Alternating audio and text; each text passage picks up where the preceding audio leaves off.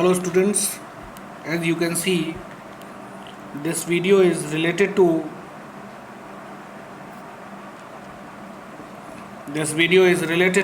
the application of Gauss theorem, and we are going to derive an expression for the electric field due to uniformly charged linear conductor by using Gauss law or Gauss theorem.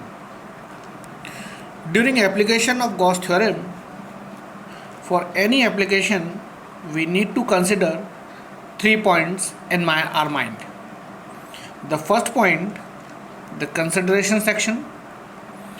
The second point, assumption of Gaussian surface. And third step, the application of Gauss law. Now let us see. As we can say, we are going to derive an expression for the electric field due to uniformly charged linear conductor. We have considered a positively charged straight conductor with charge density lambda, as you can see here. The distance of point of observation to be small r. Okay. Now this was the part of the consideration, as we have assumed the straight conductor and the distance of point of observation. Now let us assume a cylindrical Gaussian surface. Now we shall assume a cylindrical Gaussian surface coaxial with the wire and passing through the point of observation has length equal to L and radius equal to small r.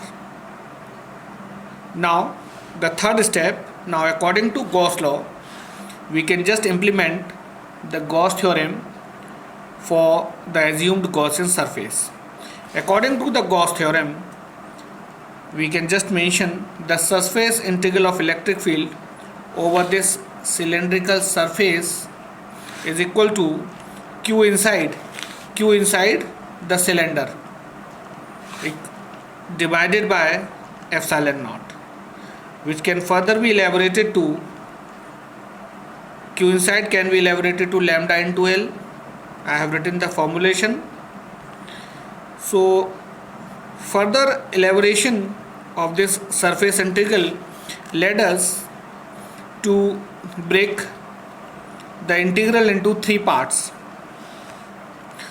That is the integration for this cross section, integration over this curved surface, and integration for this cross section.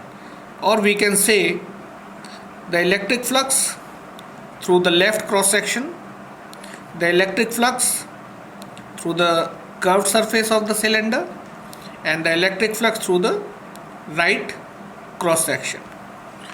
Okay. Now we can see one more thing.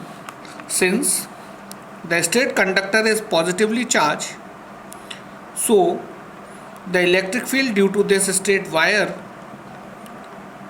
at the left cross section, at any point of the left cross section, would be outward, while the area vector of the left cross section would be towards left, making an angle of 90 degree with electric field. Similarly, we have same condition, we have angle between the electric field and area vector to be 90 degree for the right cross section, while for the curved surface, you can see in the diagram, for the curved surface we have assumed an elementary area in the vicinity of the point of observation where the electric field is E and the area vector is ds. So that angle between the electric field and the area vector is theta equal to 0 degree. As we can see here, we have elaborated this into 3 parts: E cross section, curved, and cross section.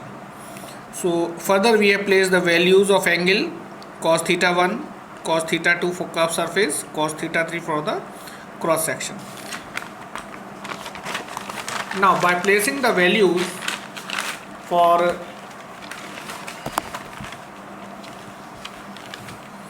by placing the values for theta 1, theta 2 and theta 3, we have EDS cos 90, EDS cos 90 for the left cross section, EDS cos 0 for the curved surface, EDS cos 90 for the right cross section, equal to lambda L over epsilon naught.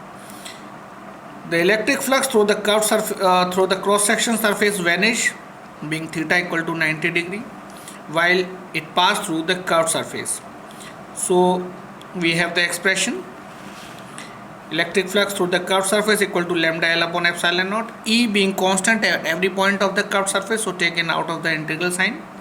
Here we can integrate for the ds for the curved surface, putting the values, we have the relation E equal to lambda upon 2 pi epsilon naught r. So we have an expression for the electric field due to infinitely long wire. We are having an expression for the electric field due to uniformly charged linear conductor, E equal to lambda upon 2 pi epsilon naught r.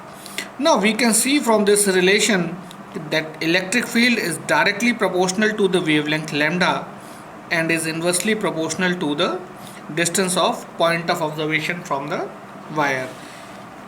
We can just draw the variation for the two, that is variation of electric field with distance as well as the variation of electric field with lambda.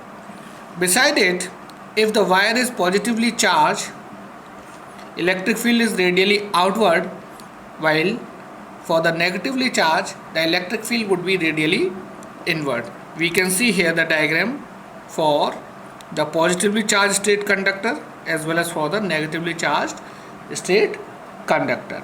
So this was the application of one of the application of Gauss theorem,